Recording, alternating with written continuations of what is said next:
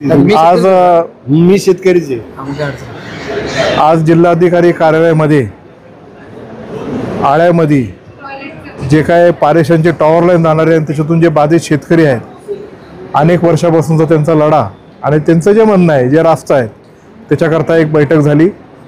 त्याच्यामध्ये जिल्हाधिकारी आदरणीय डुडी साहेब, आपल्या तालुक्याचे आमदार शरददादा सोनवणे आणि त्या परिसरातले सर्व बाधित शेतकरी इथं उपस्थित होते मोठ्या संख्येने। त्या मीटिंगमध्ये सर्व गोष्टी चर्चा झाल्या आणि शेतकऱ्यांचं म्हणणं कलेक्टर साहेबांनी ऐकून घेतलं, पारेषण कंपनीच्या लोकांचं म्हणणं ऐकून घेतलं, माझं जे काही म्हणणं असेल ते ऐकून घेतलं, शरदांचं म्हणणं आहे ते ऐकून घेतलं आणि शेतकऱ्यांच्या व्यथा खूप मोठ्या आहेत। पण जुन्नर तालुक्यातल्या ह्या पारेषण लाईन ही शिफ्टच केली पाहिजे ह्या मताचा मी आहे। शरददादा आहेत, आशाताई आहेत, माऊली खंडागळे आहेत, शरदराव लेंडे आहेत, ही सगळेजण जे वेगवेगळ्या पक्षाचे नेते मंडळी आहेत त्यांच्या सगळ्यांचं आहे आणि तशीच भावना शेतकऱ्यांची आहे। तर आता मोबदला द्यायचा तर मोबदला कितपत द्यायचा याच्या अनुषंगाने कलेक्टर साहेबांनी एक पुढचं पाऊल टाकून आत्ताशी आम्ही रेट्स काढून त्याच्यातून मोबदला देऊ असं त्यांनी नमूद केलं। पण ही मीटिंग आमची मुळात शेतकऱ्यांची ही मोबदल्याची नव्हतीच।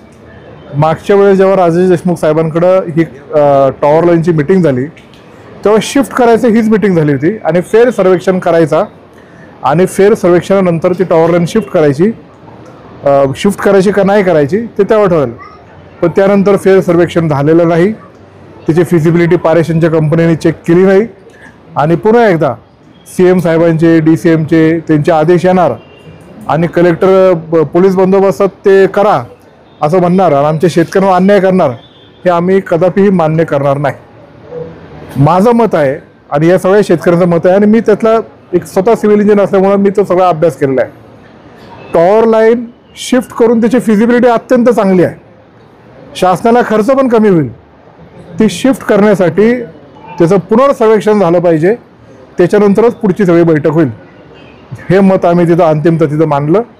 ते मत आम्ही आमचे नेते या जिल्ह्याचे पालकमंत्री अजितदादा पवार यांच्यापर्यंत पोहोचवणार आहे, मुख्यमंत्र्यांपर्यंत भेटण्याचा मी प्रयत्न करणार आहे आणि त्यांच्यापर्यंत पोहोचून लोकांवर जो अन्याय होतोय तो दूर करण्यासाठी ही टॉवर लाईन काही करून शिफ्टच झाली पाहिजे या मतासाठी आम्ही ठाम आहे। जिल्हाधिकारी मगाशी असं म्हणाले की मुख्यमंत्र्यांनी आदेश दिलेले आहेत की टॉवर लाईन तिथूनच जाणार आहे, ती तातडीने झाली पाहिजे। कसं आहे, तिथून जाणार का फिजिबिलिटी अजून काय आहे याची माझी आणि जिल्हाधिकाऱ्यांची प्रायव्हेटमध्ये चर्चा झालेली आहे।